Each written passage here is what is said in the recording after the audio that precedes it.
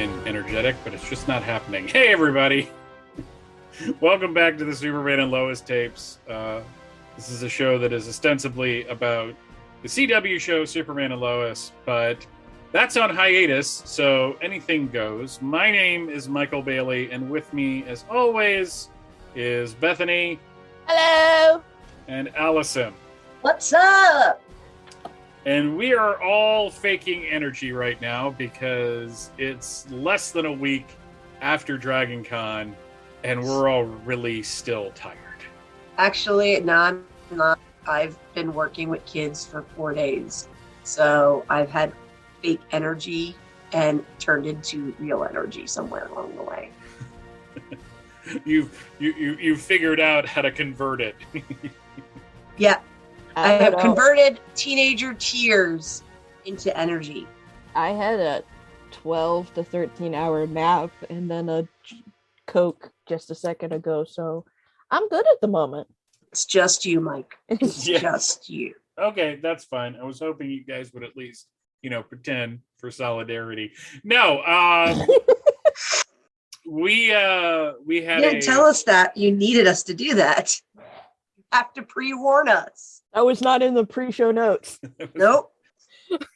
Those complicated pre-show notes that said, hey, are we doing this tonight? Yeah, let's do it at 9 your time. Hey, Mike, read that wrong. So you think it's 9 their time. So then they're really confused. And thank God you told Rachel we'll eat after the show because I happen to be sitting at my desk at 9 o'clock when I got the, hey, Mike, where the are you?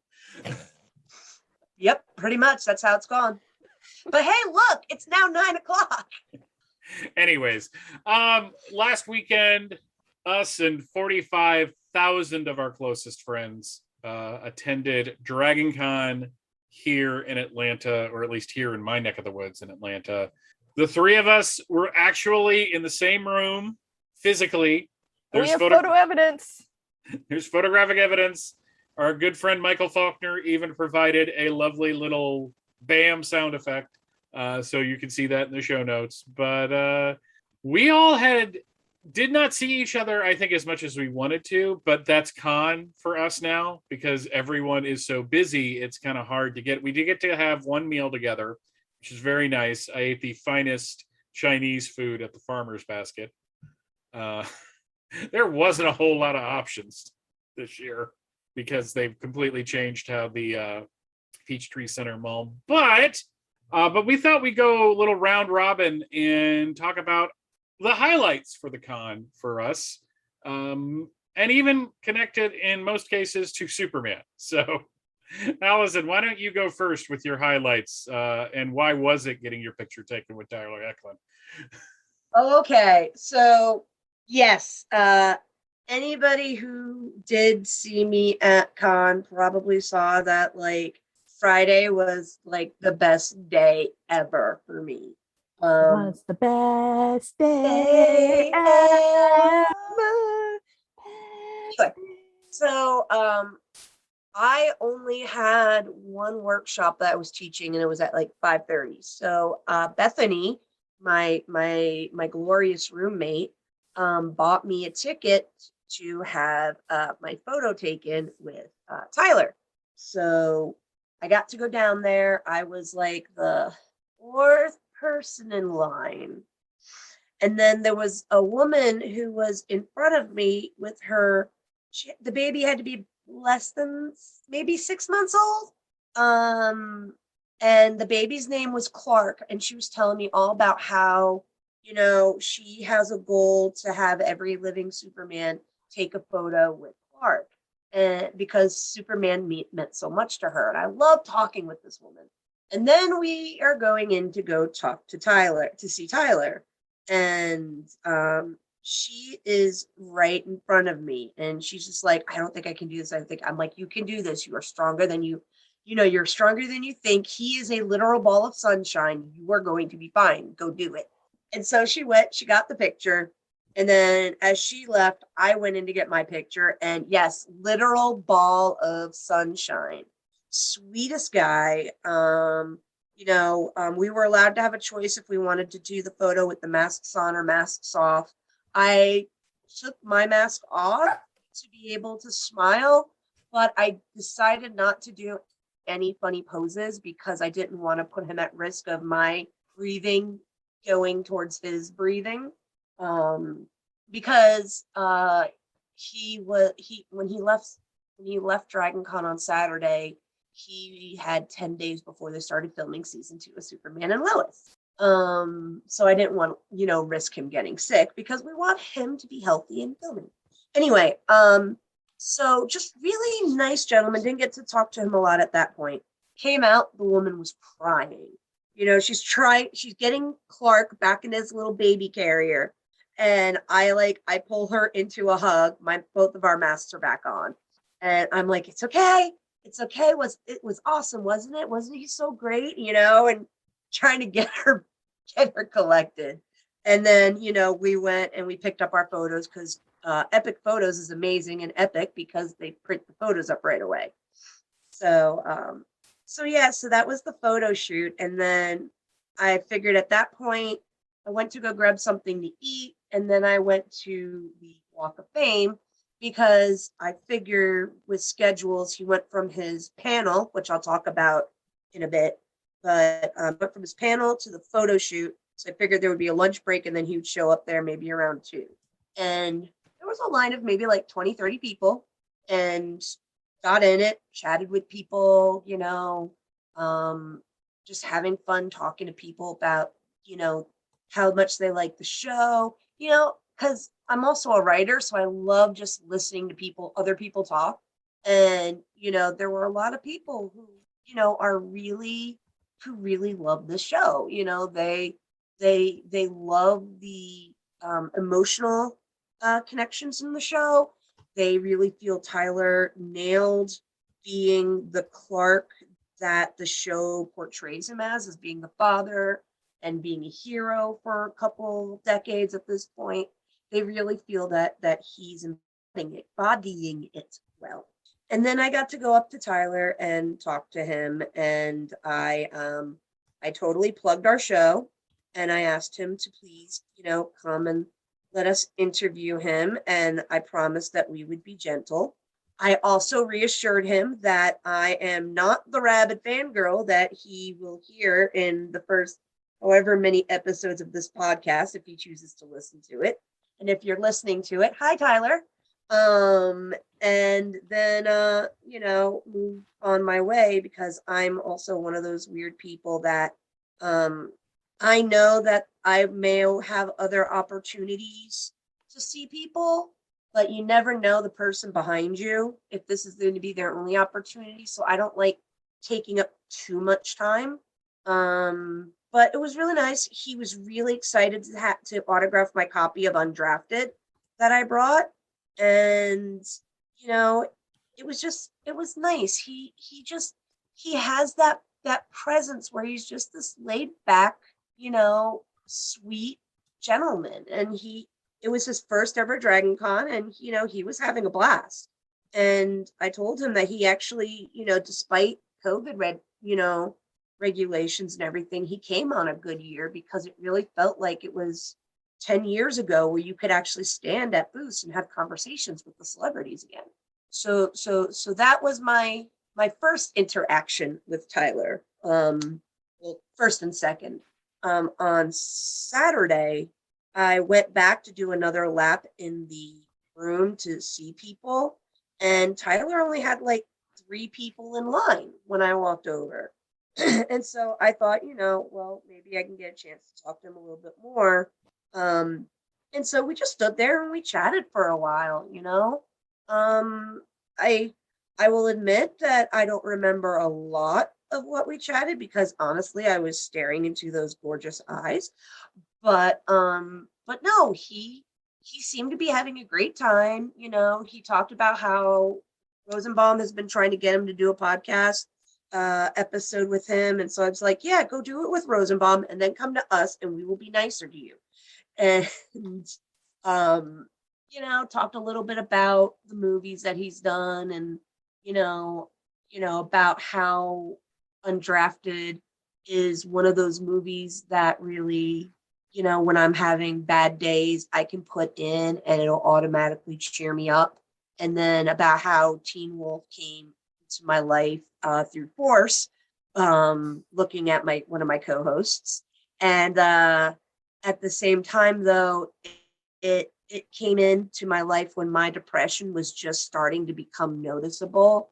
And I told him that, Derek was a great character for me to latch on to, because he is trying to deal with tragedy and, his own, traumas, and grow while being with his friends. And so it was like I had a character who I could grow with at the same time through my own demons. And, it was great. Got to talk to, his handler. And then anytime somebody came to, to talk to him, from the autograph line wanting his autograph, I just stepped out of the way. I'm like, no, I'm not going to keep other people. I'm not going to take your time away from other people. I just stepped in when people weren't there. But yeah, no, sweet guy. Really, really proud of him and his career. Really glad that, he's held on to, who he is as a person through his time in Hollywood, since he's been a kid actor. And he's really just, the genuine article. You can see why him as a person would be cast as Superman, beyond the fact that he has that look as well. So Bethany, why don't you talk about your interaction with Tyler?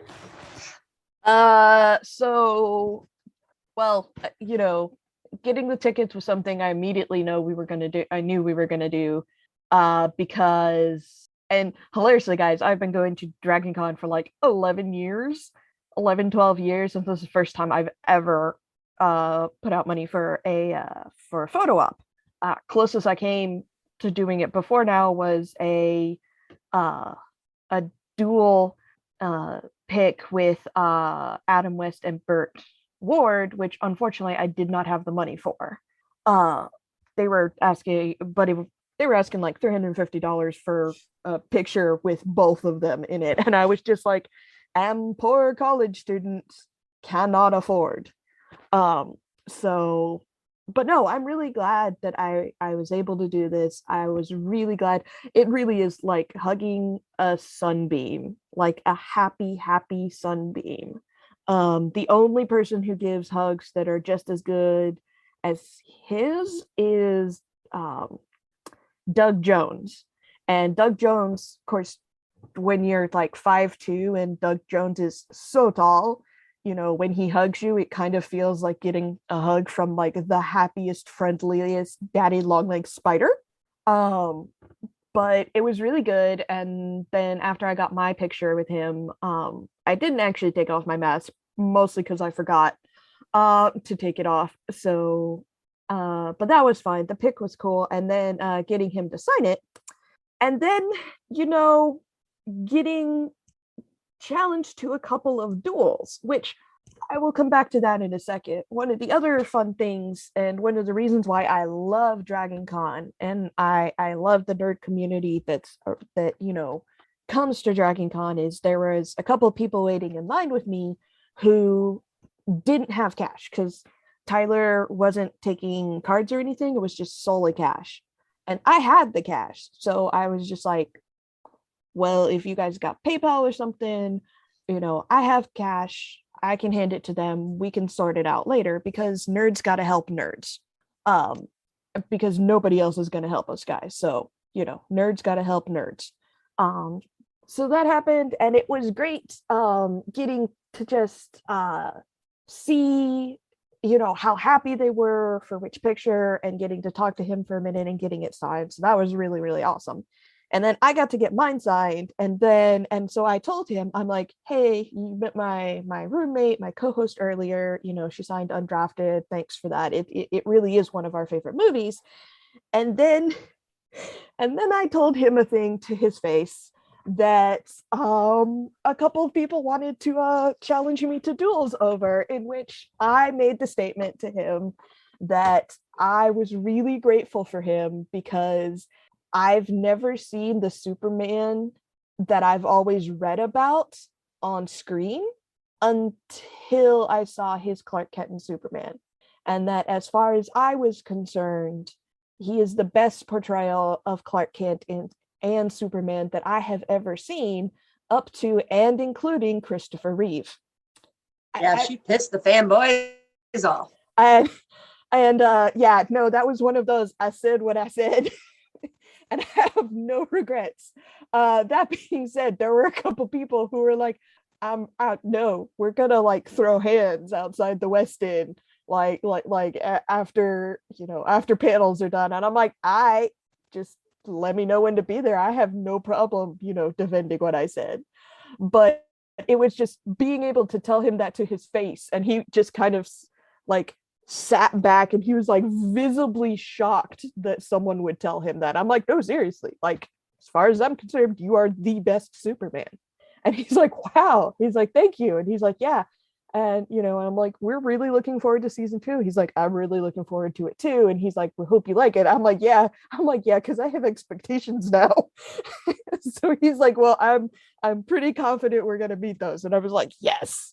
So that was my brush with Tyler. And yes, there were a couple of people who did challenge me to duels over my controversial Superman opinion. So, but yeah, it was really fun. And yeah, guys, he is just as awesome in real life as he is on screen, which is exceedingly refreshing. And the only thing I wish we could have done, but the logistics were just not going to work out given the 3 different schedules that we had, was getting a picture of like all of us with Tyler. But next con he's at, that we're all 3 at, we'll try and make that happen. But yeah, that was part of the fun. And then Senor Bailey got to have all kinds of fun with a different kind of Superman. Yeah, I guess this is the point where I tell everybody I chickened out completely. Something I don't talk about a lot is I am awkward. I am very bad at doing things that I want that involve other people. And there were a couple times where I thought, I got some free time. Maybe I'll go over to the Walk of Fame. I don't know if I have enough money for an autograph, but at least just to talk to him and tell him how much I like his Superman and his Clark. And every time I thought about doing that, I would stop myself. It's like, no, you're going to embarrass yourself. I know that's not rational. I know that's not what would have happened. But there have been times where I've had encounters with writers or artists or celebrities that it seems to go pear-shaped, and I don't know why. Like, I think I'm being, like, I always blame myself for those because I figure I was just doing something off that, just made the situation awkward. So I didn't get a chance to, and I'm kind of regretting it. My wife informed me that if she knew this was going on, she would have marched me over there like a mother and pointed at him, and you go talk to him, young man. I would have helped. So she would have texted me. I would have helped. Yep, I would have been behind guarding the door. So, however, I did get to have a really fun opportunity for Friday, Saturday, and Sunday of being one of the moderators. It was me and Joe Crow, who's the one of the track directors for the American Sci-Fi Classics track, for the Smallville panels. And Erica Durance was originally supposed to come, but she dropped out, and that happens all the time at Dragon Con. People have professional commitments, or just frankly, if most of the celebrities had said COVID's out of control, I don't want no part of this, I would have been totally cool with that. So the first day on Friday, it was Tom Welling, Laura Vandervoort, and Sam Whitworth. And Joe and I got there like on time, a little early, and we're like, where are they? We were on the wrong side of the stage. So that was the first funny thing. So Joe brings them out. We all we start the panel. I start the panel off with a question. And on that particular day, it was really kind of cool because Tom Welling had this thing where when he was answering a question or talking to the crowd, he would do like laps with his gaze where he would lock eyes with everybody in the room at least once. So he would look over at Sam, look over at Laura, look all the way around the stage, and then look at me. So it felt like, oh, he's talking to everybody. I was like, this is exceptionally cool. And I didn't get into the conversation because it's not my place to. I jumped in like a couple of times. He was talking about, they were telling a story where they had, if you don't know what a squib is in terms of television, dear listeners, it's a little explosive device that simulates being shot. Sometimes it's loaded with blood. Sometimes it's just a little explosive thing. But it's something that apparently when they loaded Laura Vandervoort up with them, she was like flinching before it went off. And it was an episode Tom was directing. And Tom told the guy, go on 2. Don't wait for 3. Go on 2. And the guy apparently turned to talk to Laura about it. He's like, no. Go on 2. And apparently it scared the hell out of her, but he got the reaction. And I jumped in. I was like, they did the same thing to Alan Rickman in Die Hard.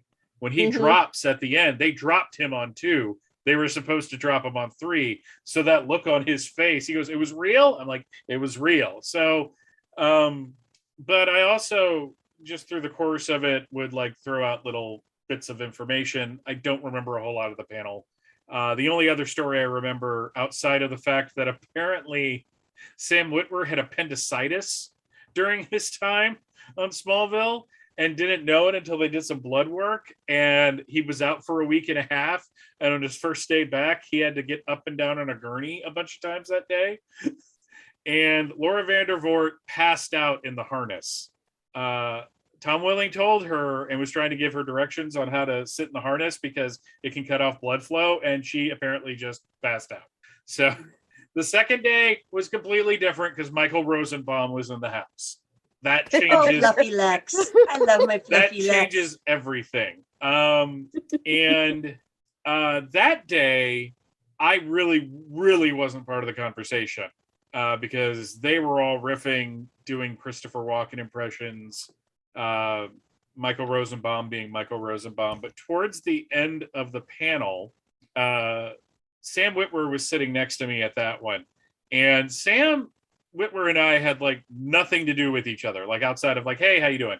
So Michael Rosenbaum is telling a story about how he got really amused at the person doing ASL in the front of a convention panel that he was on had a sign for explosive diarrhea. So he kept saying it, forcing the person to keep doing it. And that's when Sam Witwer locks eyes with me. And I look at him and I go, this is what we lock eyes on. And then later, somebody raised their hand and asked a question about, there was an episode in season 5 that introduced silver kryptonite, and it made Clark paranoid. And they're asking Tom Welling about it. And Tom Welling has absolutely no memory that this episode ever happened. And I just lean into the microphone. I go, that was season 5. And Sam Witwer snaps his fingers. He goes, no, ask this guy. He knows everything about the show. So Michael Rosenbaum gets up and goes, you know everything about the show? And I'm like, I know something. And he starts grilling me on stage questions about Smallville. Like, who was he? I go, Davis Bloom? And he points to Laura Vandervoort. Well, who was she? I go, Kara? And he looks at me. I go, Zor-El? And he looks at me. I go, Supergirl? So panel ends. Michael Rosenbaum and Tom Welling are still backstage. And I'm like, hey, can I get a picture? Because I got a picture with Tom and Sam and Laura the day before. So Michael Rosenbaum gets behind me and goes, I'm going to stand here. And Tom Welling gets right in my face. Or I get right in his chest because he's tall. And he goes, I'm standing here. And I'm like, I go, you realize there are people that would pay to be here right now, right? And he kind of laughed and they took a picture. It was the third day that he came back. No, in fulfillment of the scriptures. But you can take the boy out of the Catholic Church. You can't take the Catholic Church out of the boy.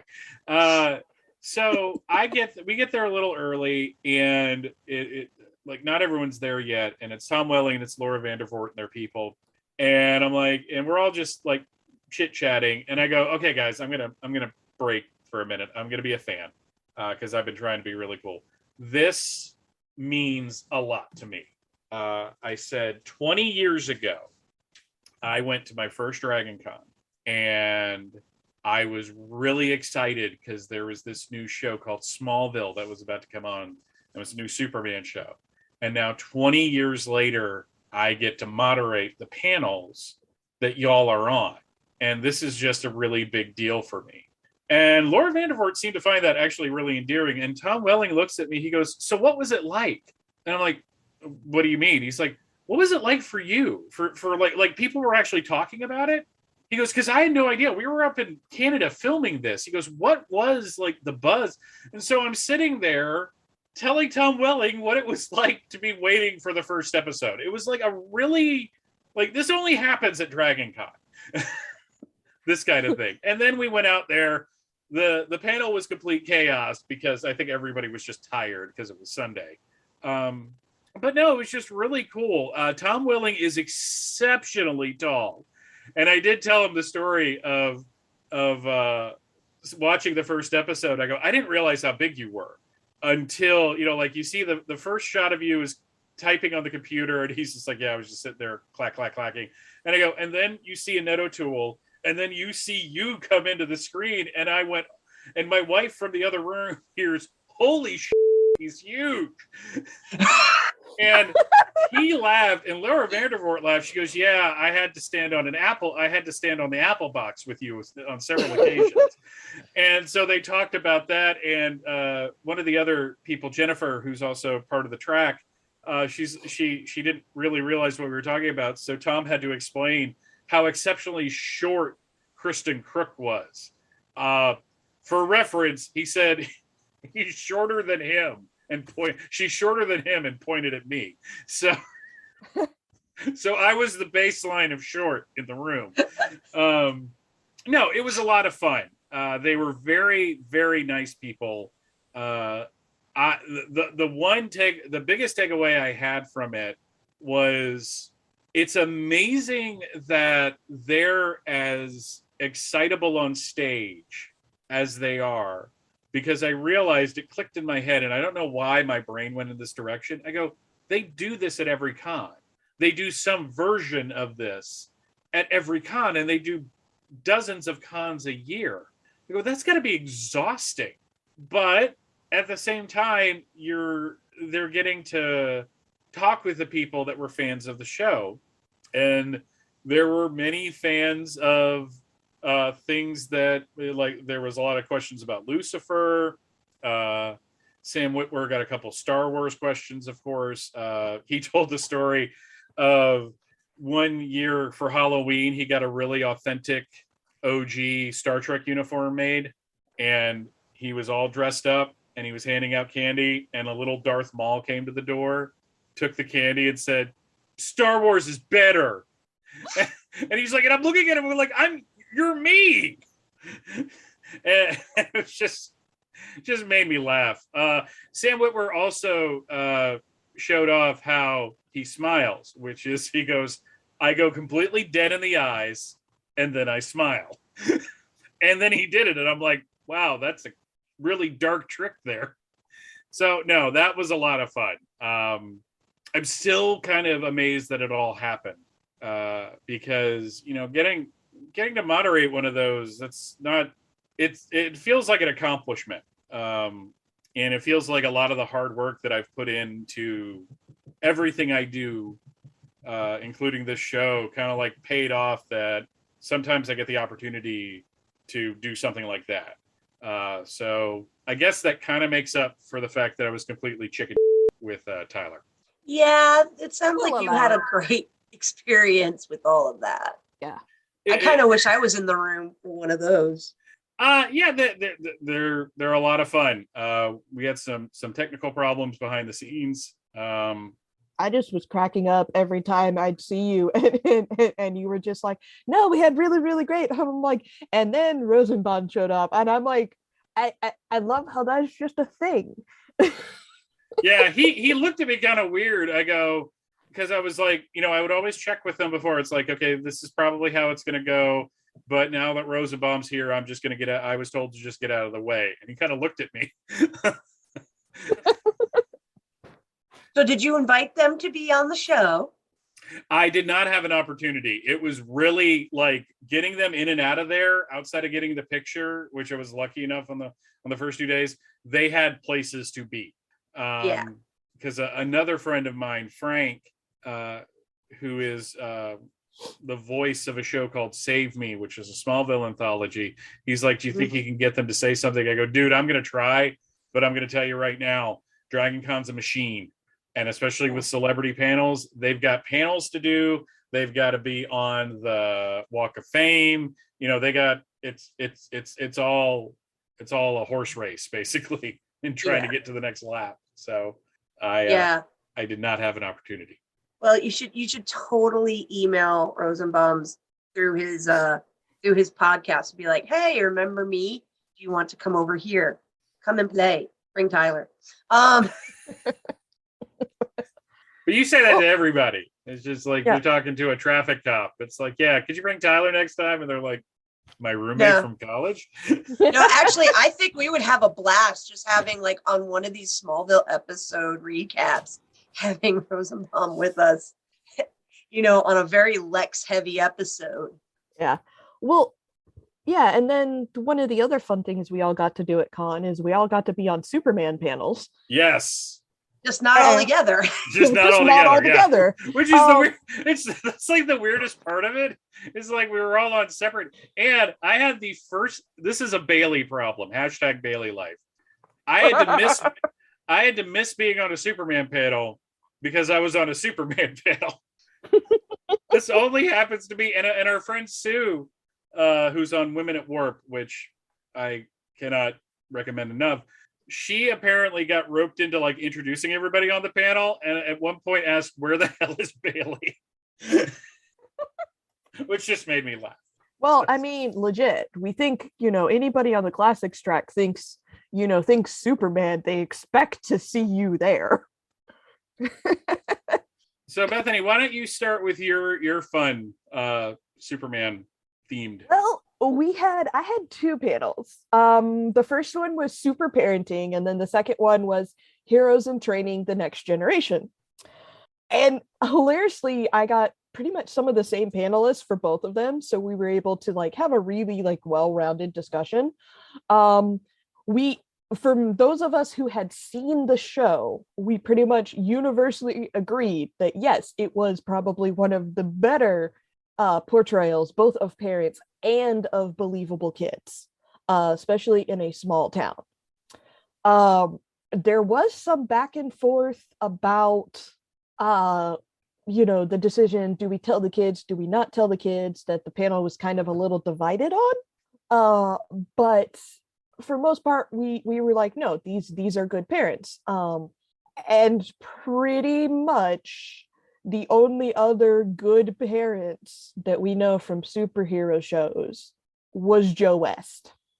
Pretty much everybody else in the Arrowverse and in some of the other superhero shows we were talking about, like Titans and Invincible, and apparently there's like a parent-kid thing in The Boys, which I was I was sitting there going, oh, okay. I have no desire to watch that show, but it was interesting to have them bring it up and talk about it. And we got some good conversation going with the audience. But yeah, we pretty much came to the conclusion that no one should ever give Bruce Wayne children, ever. That's what stops them. Yeah, we're just like, and that pretty much, I mean, granted, if we had to rank them, it was like Superman and Lois were first, and then it was Joe West, and then it was like Oliver, because Oliver tried really hard to be a good dad, but there was just some stuff in there that just was kind of like out of his hands. universally the panel decided that the worst father in the Arrowverse currently is Barry Allen, and I can't really agree. I can't really argue with that one because they were literally pulling out all of these examples, and I'm like, well, damn. Yeah, I him and Nora. There was a I thing. yeah, yeah. So because literally one of the panelists started off the quiz is who is the worst parent and why is it Barry Allen?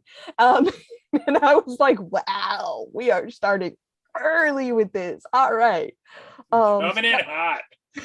So that was the super parenting panel, and it was really interesting, especially since we got to, we had some people there who had kids, and then you had some people there kind of like me who were kidless, but not a parent, but I'm an older sister of like multiple siblings, and people have told me it's kind of the same, sort of, maybe. But then we flipped over to like the very next day where we had our Heroes in Training, the Next Generation panel, in which we got to talk about like Stargirl. And we said pretty much Stargirl is pretty much one of the better examples of it, because we were sitting there going, I'm like, because the whole idea of Heroes in Training is you're not going to live forever. You're going to have to pass the mantle down at some point. Who do you train? When does it start? And how does that transition go? Because we've seen good and bad ones. And we were also talking about kind of like, how long would you need to have seen this in order to make it a believable transition? To which, and we covered like Runaways and Stargirl and Titans and Young Justice and the entire Arrowverse, and like please tell me you brought up Sky High. Someone did bring up Sky High. Yes, Sky High was brought up. And we came to the conclusion that when it comes to the DC properties, there is no better example of this than Young Justice. Point blank. So we were really like, guys, we just need you to replicate what the writers of Young Justice are doing, because that will make all of us so much happier. So just without killing Wally West. Yeah, I make no promises. We were firmly divided on that panel, whether like, because it was also, both panels were both Superman and kind of Batman heavy a little bit, because everybody got an opinion on Bruce Wayne. Everybody. Especially when you consider we went up to I only allowed spoilers for Titans up to episode 2. And so people were like, yeah, so let's there's some timing issues here we kind of need to address. But yeah, no, so it was pretty much that, like, we kind of didn't feel we could rate Superman and Lois since it was still so new and stuff, but pretty much out of all of them, like Young Justice and Superman and Lois were two of like some of the better ones. So yeah, those were my specifically hero or Superman and Lois related panels. They were a lot of fun. We had a lot of opinions. All right, Allison, what about you? All right, so for mine, my solo Superman panel was the Superman and Lois panel. So there were a couple of us on there, but Cammie and I tended to do the most talking. Cammie is is somebody who does a lot of fan theory, and I think she has a podcast dedicated to Lois Lane. And so she was doing a lot of analyzing, how Bitsy, was approaching things as Lois. And in turn, I was kind of going on how Tyler was with Clark. But, we tried to make sure we get other people talking too. But no, it was a good general panel. Everybody had seen every episode. So the people who hadn't seen the show raised their hands for us. and then we asked them if they were to lower your hand if you were okay with spoilers for the season. And all the people with their hands up lowered their hands. I'm like, great, this is now a spoiler panel. So, but no, So you just we spent the talked rest of the about- panel talking about Stephanie Brown. Awesome. Totally. No, actually, at one point I started talking about the Flash, and I got told that the Flash panel is happening in the next room. But, no, we talked a lot about how different of a CW Arrowverse show it is from all the other shows that have come before it, and how it is aimed at being a family drama and not a teen drama, and how family and working together as a community is a very big theme, you know, throughout the show. We had one person ask us about, you know, what we thought about the ending with Tal and Clark, and you know, Tal still being alive, and how he wanted to, you know, just have a brother, and he went the really, really, really wrong way about getting that brother. But yeah, we talked on that, and I talked about how, you know, there are things that we already saw coming up from previous episodes that still need to be explained or looked at, that we figured that we're hoping that the writers are, you know, going to come back to, like where's Tag, and the school for coward kids, and you know, Mon-El is still alive and such, so what's going to happen to him? You know, Leslie Lar didn't seem like she was beaten at the end. You know, she believed that she was still gonna have stuff. No, wait, no, Leslie was killed at the end. Wasn't Leslie killed? Was it I Leslie? think she was killed. Okay, it might have been that. But no. Oh, no, we also talked about how they brought out Zod so fast, and that in honesty, the writers wouldn't have brought Zod out if they weren't planting something. And I brought up the whole bit that I talked about last time about how I'm thinking that Zod did a strategic retreat in the Clark's head, but he's still in there somewhere. And of course, the same could be said for Zeta Rho inside of Jordan. We talked about the fun drama that is going to come down with Natalie joining, and we think, you know, we were talking about whether we think Natalie is going to be something that's going to cause a division between the twins, because Jonathan has been spending a lot of time with Steele. Jonathan saw, you know, the pictures of Natalie. He was the one who's like, you know, he would have loved to get to know her, you know, and Jordan is going to be spending so much time with Sarah. And so that'll end up becoming something that could drive, you know, a little bit of a force between them. Plus, of course, you know, Natalie, you know, the drama that may cause between Clark and John and Lois as well. So, you know, looking at all of that, and then of course, which of the multiverse did she come from? You know, does she actually come from John's? Is it actually John's daughter, or is it a Natalie from just another part of the multiverse? And what kind of things would that bring into? I see your comment, Bethany, and I'm ignoring it right now. That's fair. But yeah, and then we talked about, in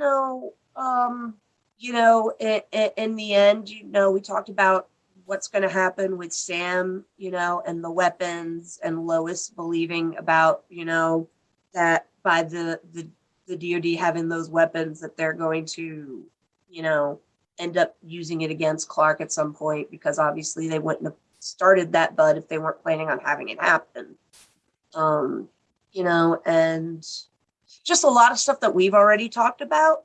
But the one thing that that came up that was really interesting, and my brain is trying to lose that track, so give me a second. Oh, we brought up about Jonathan and his powers, and what we thought might happen with him if he gets powers, because it was brought up about the whole teeth bit in the pilot episode with John throwing the football at such a young age and breaking the rope on the tire swing. And that's what was leading Clark and Lois to believe Jonathan was going to be the one to develop the powers. It's kind of what set up the red herring for when Jordan developed them for the show. But, you know, we're wondering that if there's anything that ends up happening that may cause Jonathan to develop powers, and then how that will go between the twins as well. You know, will that be something that Jordan can actually help his brother with? Or is it going to be something that Jordan is going to be like, you just took away the one thing that was special about me and this family, you know? Other than his anxiety. Well, yeah. Oh, we also talked about how that was great, how you know, you had the superhero character, somebody who is dealing with mental health problems, and the how that will play into, you know, emotional use of the powers. And then with Jonathan, we talked about how the boy apparently has super healing because, you know, he shattered his hand and it was healed the next episode. So, you know, we talked about, you know, clues like that that are leading us to believe that Jonathan may have powers, but they aren't presenting the way Jordan's do. You know, they're more internalized and aren't obvious. So no laser eyes, no, you know, no flying, no, you know, not being able to utilize, not knowing how to control super strength right now. So he doesn't think he has it, so he doesn't use it, you know, stuff like that. And seeing where they may go with that. But it was a really great panel. A lot of interesting discussions were had. And, you know, everyone is really looking forward to season 2 and hoping that they keep the same level of storytelling and characterization that they have already. So Adam, if you're listening, there's no pressure there at all. None. But yeah. Nothing but pressure. No pressure whatsoever. I mean, Tyler did promise me that, you know, this season would be just as good, if not better, than season 1. So, I mean, like I said, I have expectations. Oh, which that also reminded me, when I was telling Tyler about our podcast, I had said we already had one of the writers on, and he was like, oh, who did you have on? And I was like, oh, we had Adam on. Isn't it great that he got promoted to staff writer? And he's like, yeah, he's a good guy. And then, you know, we also got to see some fans of there, which is really awesome. Yes, that was fun. And so John Wilson, if you're listening, hi. Hello, John. It was really awesome to meet you, even though I'm pretty sure I had the world's most surprised face when you popped up to me after the high fantasy panel. But as somebody who's known John for over a decade, that's a very common reaction to seeing him. It's just, you know, just a surprised face. Love you, John. I had more of a confused face, but I think it was because my coffee was wearing out and I needed more caffeine to keep me awake. But it was super, super awesome. I'm glad I got to meet you. I'm glad that we got to see each other a couple of times over the con. And it was just really, really awesome. And I mean, it was just nice to also like be able to poke Bailey in person and just be like, dude, hey dude. Because secretly I am a 12-year-old and who's never gotten over certain things. So but yeah, it's been really good. It was a really good time.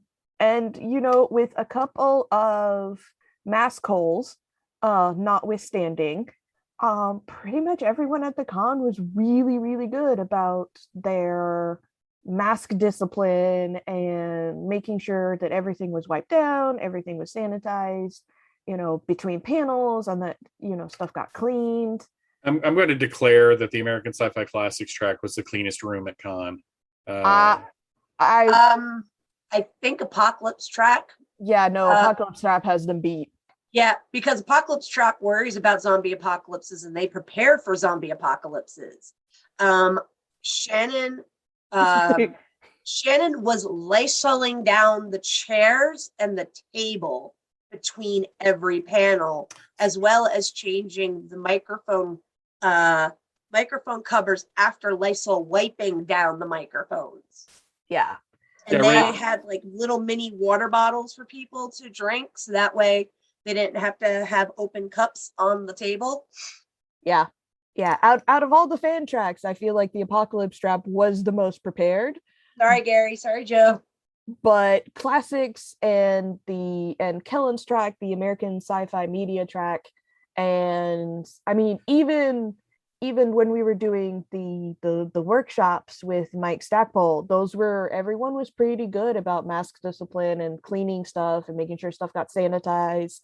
And yeah, I mean, there were a couple treks who didn't, and emails have already been sent to the powers that be, but yeah, no, it was a pretty good time, and it felt good to be able to go and see people while also knowing that everybody else there pretty much was also taking it super seriously. We were all trying to be as safe as possible. Before we do our one piece of feedback, I did 2 other panels that were Superman related that I'll go over really quick. One was called Battle of the Supermen. Thank you, Kellen, for having me on. It was my first panel for the American Sci-Fi Fantasy Media, etc. long AMSIF. AMSIF.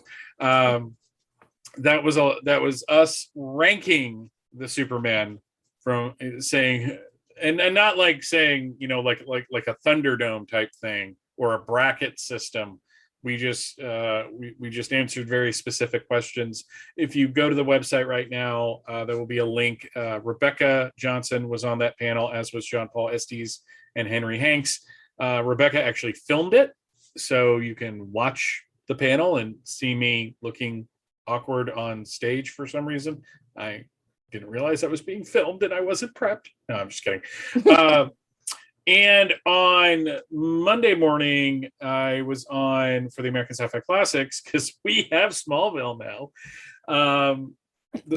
The show that saved us, Look Back at Smallville, and that was with Kevin Eldridge, who I love being on panels with because Kevin is awesome. Jeff Burns and a gentleman, and I haven't looked this up because my memory is faulty, Derek Gale, who is on the Walloping Web Snappers podcast. I was on 2 panels with Derek. He is a delight to be on a panel with. Just a really good guy. And that was we were just talking about Smallville. Most surprising thing about the weekend, at no point was Allison Mack ever brought up for her stuff. Yeah. Honestly, I'm glad because, Dragon Con's supposed to be a fun place. Let's not talk about stuff like that. Yeah, I was glad too. So, but no, those were a lot of fun. The Battle of the Superman, especially because, as you guys pointed out, Superman fans can be a little contentious. Just a little. Though I tell you what, my God, if hands were being thrown, I would have come in like Matt Dillon in The Outsiders. I swear to God, there would not have been a rumble in there with a rumble without me. No one's taking on my co-hosts without me there to throw hands with them.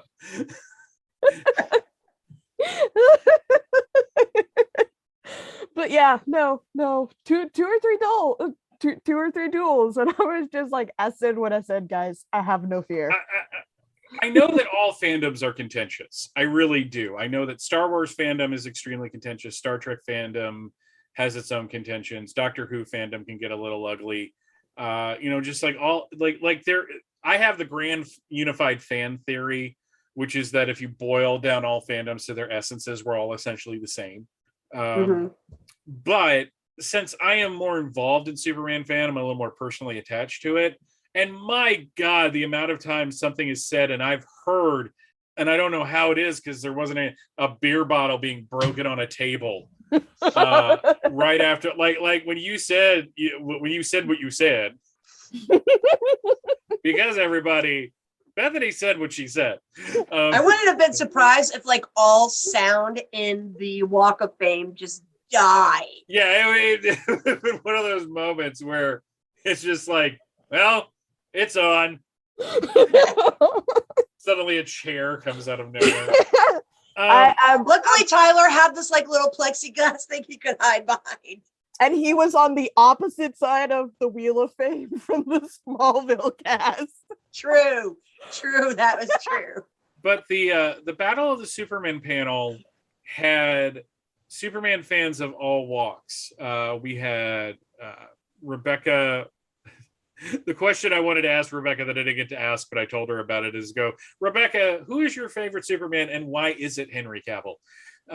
Because that woman loves Henry Cavill, and she is a very big fan of the Snyderverse. I am not, and the other people were kind of in the middle, and we were all able to have a really civil conversation, which really isn't normal in Superman circles, because one episode during the hiatus, I swear to God, is going to be me, Bethany, and Allison breaking down Superman fandoms as different sects of Christianity and which one is which one, like who's the evangelicals, who are the Lutherans, who are the Unitarians, what the Catholics are Christopher Reeve. I'd argue that. Because I think Christopher Reeve are the evangelicals. In my experience with them, they are far and away the most unyielding. I had to think of a word. And it really I was going to say, you do realize that we are going to probably start a holy war because of this. I will, and on that episode, I will break down the great Superman civil wars that have occurred over the last 20 years. But until then, we did get one piece of feedback on the last episode. I guess since we're on hiatus, everyone else is. They're making shows still? Why? Yeah, I know. Well, see, like the people over that are part of like the network that Supergirl Radio and the Flash podcast and all that are a part of. Mm-hmm. They start like when the show's announced. They're popping out a show. I have a hard enough time doing this one. My friend Josh Bertoni and I were talking during the con, and he did a podcast about Gotham when Gotham was on. And we basically both came to the conclusion that this sort of podcast requires a completely different set of muscles than normal podcasts because you're reacting to something in real time almost. Yeah. And I'm not built for that. So this has been like I've had fun. I love it. But it's a different thing for me. So the fact that we're doing hiatus episodes, I love because it's going to be a little more laid back. But yeah, people are going to be like, "You guys are still doing stuff? What the heck?" I thought he said he left a review. It's going to take a while to. You're looking to see if where Kevin's review is. Yeah, I think that takes like 24 hours to post. So we'll have to do that next time. Anyways, but Dave McElveny, Dave. Always comments, says, Hi, Dave. I don't think I would ever attend a convention like Dragon Con, but it sounds like you all enjoy yourselves and exhaust yourselves. True. Yes. I was more of a National Council of Teachers of Mathematics Con guy myself. Those things I bet were ragers. As my kid sister would say, oh man, they must run out of pocket protectors and adhesive tape for glasses there. I was going to say, there's a lot of triangles that formed there. Yeah. Mm-hmm. Isosceles, I was just sitting here going, oh man, the math wars have got to be epic. But know that their 15% tips are always on point. Yes. X and Y axes have to merge somewhere. I hope you all stay safe and have a great time and get to meet old friends and make new ones. I look forward to hearing you talk about it in the future. And you just did! Yay! But in conclusion, like y'all said, it was fun. And I have to say, one of the highlights of me, even more so than the Smallville panels, was the dinner we all got to have. Aww. Yes. Con for me, I'm getting a little sappy. Con for me, I mentioned before that I'm very awkward. I like to refer to myself as an extroverted introvert. Like I can fake it, but I'm not naturally like that. Bethany's like that too. And through Con, I made one of my best friends, Shag, who's part of the Fire and Water Network. Oh, okay, I thought you were saying you made your best friend Shag, and I'm like, Shag. No, Shag is that's his name. That's not his real name. I know his real name, but he goes by Shag because he used to have hair. But Shag and I got to be friends. We met back in 2005. We've done a lot of podcasting together. He's gone on to help form the Fire and Water Podcast Network, which I'm also really friendly with. And Shag and I hung out at every con, and that little unique geek group he was part of, I got to be friends with all of them. But eventually, like, he stopped coming to con, so I had to find new friends, and I found that at the American Sci-Fi Classics track. And you'll be assimilated. Some of my best memories are not so much the panels, but the moments between the panels. And this year in particular, I felt like the crew was really tight. Yeah. Like, the post-con conversations have not stopped. We did not want it to be over, because we were all just, and it was really, like, most years we're all like in sync, but this year it was like bye in sync. That was a terrible joke. I'm standing by it. Because I had a feeling that if any one of us at any time had needed something, like, the entire crew would have come in. If the trouble alert had gone off. Yeah. Well, and like, I put up on Facebook, like, on Thursday, I'm like, "Hi, Dragon Con, it's good to be home." Mm-hmm. Because out of everywhere in the world, out of everything, I have a house, I have a great family, I have all of this stuff. But when I come to Dragon Con, it feels like home, because nobody is always someone who's going to share your opinion. And honestly, it's just a whole bunch of nerds geeking out with other nerds or helping out other nerds. And it's just, that's. Yeah. And you mentioned that, most people, like, I would say 98% of the attendees were good about the precautions. It really felt like everybody was just really happy to be there. Yes.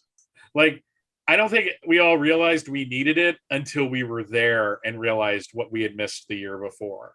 Yeah, and I don't think anybody wanted to ruin that. And like you said, there were some mask holes. I like that term. Almost as much as I like spread neck.